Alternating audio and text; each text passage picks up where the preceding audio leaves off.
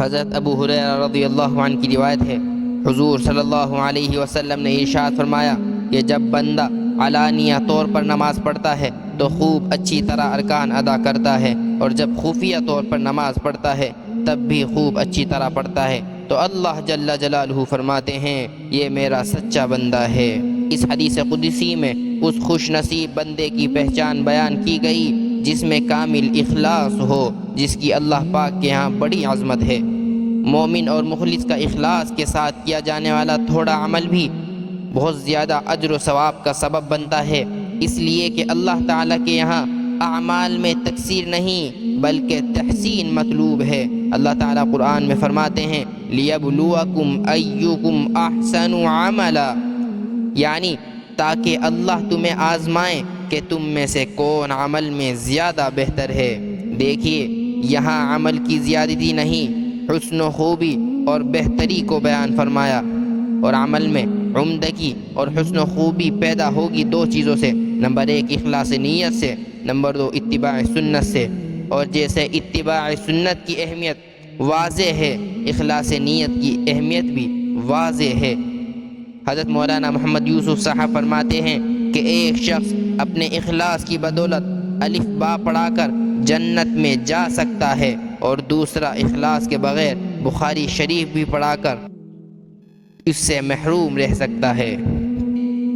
اسلام کی امتیازی خصوصیات میں سے ایک یہ بھی ہے کہ وہ اپنے ماننے والوں کو کھلے چھپے، خلوت جلوت، ظاہر و باطن ہر حال میں ظاہر پرستی اور ریاکاری سے پاک صاف رکھ کر اصل مقصد زندگی کی طرف متوجہ کرتا ہے، اور اصل مقصد زندگی وہ طاعت الہی ہے جس میں ذرہ برابر ریاکاری نہ ہو، خواہ وہ اطاعت اور عبادت، نماز ہو، روزہ ہو، صدقہ ہو، خیرات ہو، حج و عمرہ ہو، یا اور کوئی بدنی و مالی عبادت یا دین کی کوئی اور خدمت ہو، پھر وہ دن میں کی جائے یا رات میں، خلوت میں ہو یا جلوت میں، خوشی میں ہو یا غمی میں،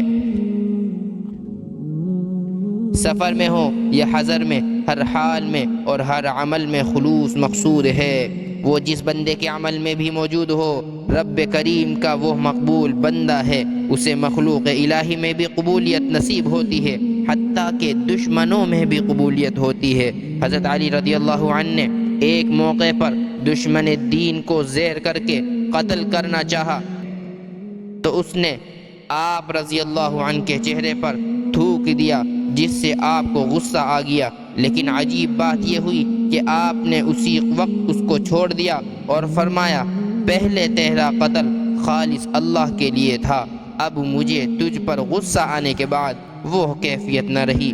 اس اخلاص کا اثر یہ ہوا کہ وہ دشمن دوست بن گیا۔ کسی بزرگ نے فرمایا عمل کا اخلاص چرواہے سے سیکھنا چاہیے۔ عرض کیا گیا وہ کس طرح؟ تو فرمایا جب چرواہا نماز کے وقت بکریوں کے پاس نماز پڑھتا ہے تو اس کے دل میں یہ خیال نہیں آتا کہ بکریاں اس کی تعریف کریں گی، بالکل اسی طرح ہر عبادت گزار کو چاہیے کہ وہ لوگوں کی تعریف سے بے نیاز ہو کر ہر عبادت و عمل کو خالص اللہ کی رضا اور خوشنودی کے لیے کرے۔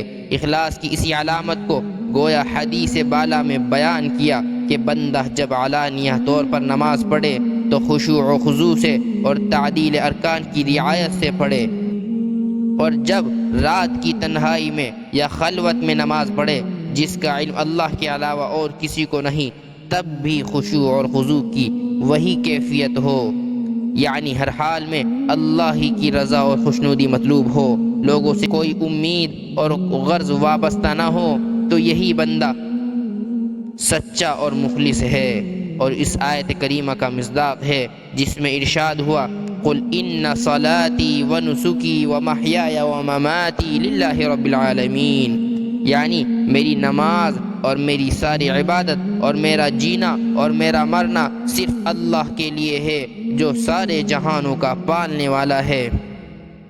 حضرت مولانا محمد قمر الزمان صاحب فرماتے ہیں کہ یہ آیت کریمہ سلوک اور تصوف کی انتہا ہے، کیونکہ اس کا مطلب یہ ہے کہ ہمارا ہر عمل خواہ وہ اختیاری ہو یا غیر اختیاری سب اللہ ہی کے لیے ہو جائے، اور مخلص وہی ہے جو ہر حال میں اعمال کو اخلاص کے ساتھ سنت کے مطابق ادا کرے۔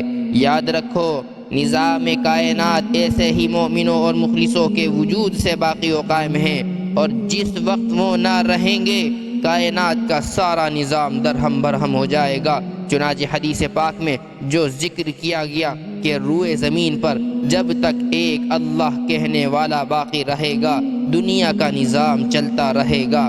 اہل دل فرماتے ہیں اس کا مطلب یہی ہے جب تک خلوص دل سے اللہ کہنے والا ایک آدمی بھی روئے زمین پر باقی ہے قیامت نہیں آ سکتی، ورنہ ظاہری اعتبار سے اللہ اللہ کرنے والے اور اللہ کا نام اپنی اغراض کے لیے لینے والے تو بے شمار ہوں گے، مسجد نمازیوں سے بھری ہوں گی، مگر اخلاص نہ ہونے سے حقیقت اور روح نکل چکی ہوگی، اور اس طرح ان سب کے باوجود قیامت قائم ہو جائے گی۔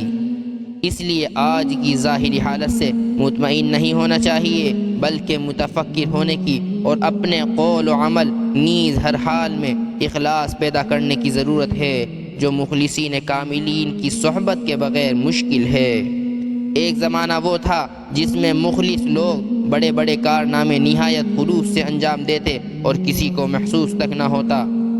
حضرت امام ابن تیمیہ نے عیون الاخبار میں ایک عجیب و غریب نصیحت آموز واقعہ نقل فرمایا ہے کہ مسلم بن عبد الملک نے ایک مرتبہ کسی قلعے کا محاصرہ کیا، فتح کی کوئی شکل نظر نہیں آئی۔ مسلم نے قلعے کے ارد گرد نظر ڈالی تو ایک دیوار میں سوراخ نظر آیا۔ مسلم نے سپاہیوں سے کہا کسی طرح اس سوراخ کے ذریعے قلعے میں داخل ہو جاؤ، مگر کسی نے پہل نہ کی۔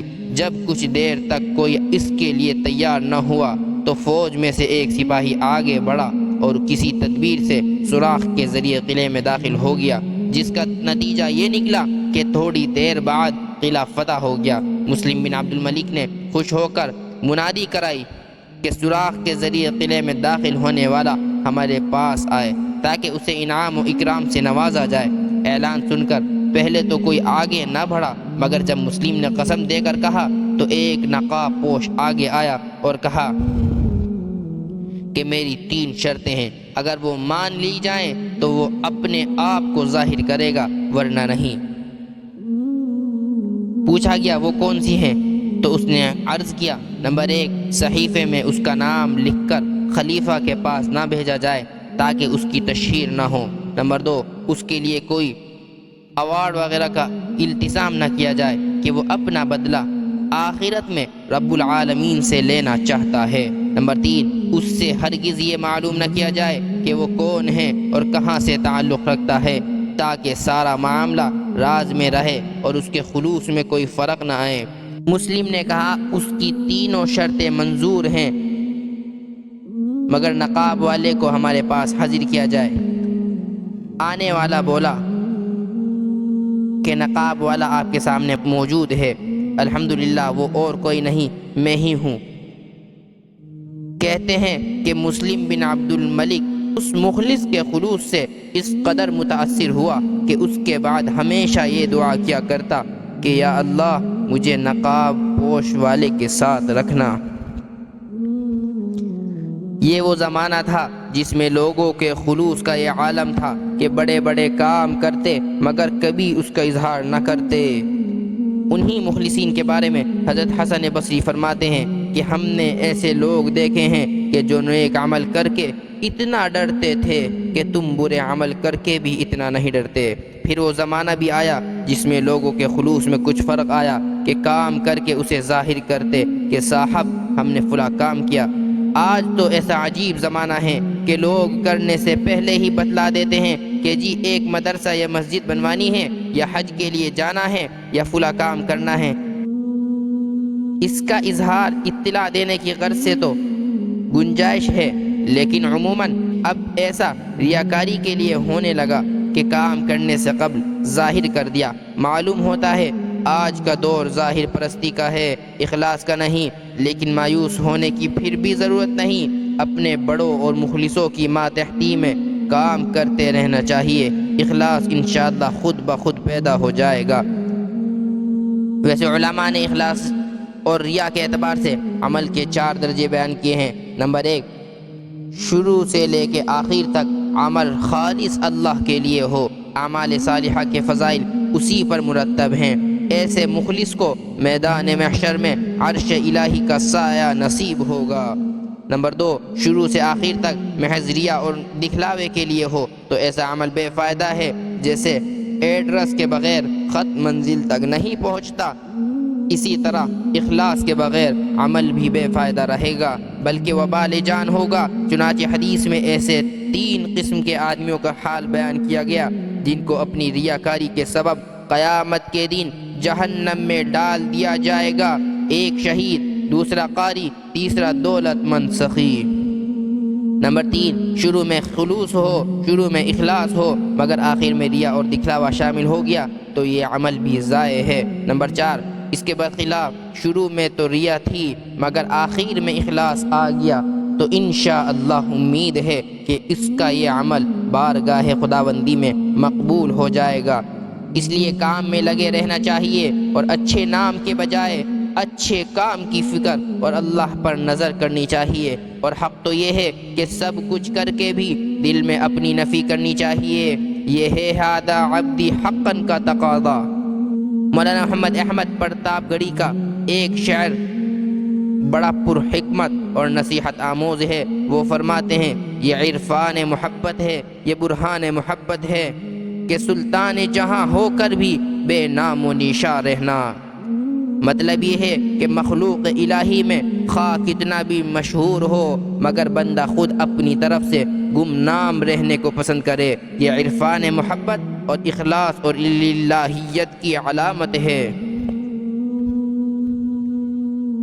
اللہ تعالیٰ فرماتے ہیں، البتہ جو لوگ توبہ کر لیں، اپنی اصلاح کر لیں، اللہ کے احکام کو مضبوطی سے پکڑ لیں اور اپنے دین و عمل کو خالص اللہ ہی کے لیے بنا لیں تو ایسے لوگ مؤمنین مخلصین کے ساتھ شامل ہو جائیں گے اور اللہ مؤمنین کو ضرور اجر عظیم عطا فرمائے گا۔ اللہ رب العزت ہم تمام میں اپنے کرم سے یہ چاروں علامتیں پیدا فرما دے۔ آمین۔ وآخر دعوانا ان الحمد للہ رب العالمین۔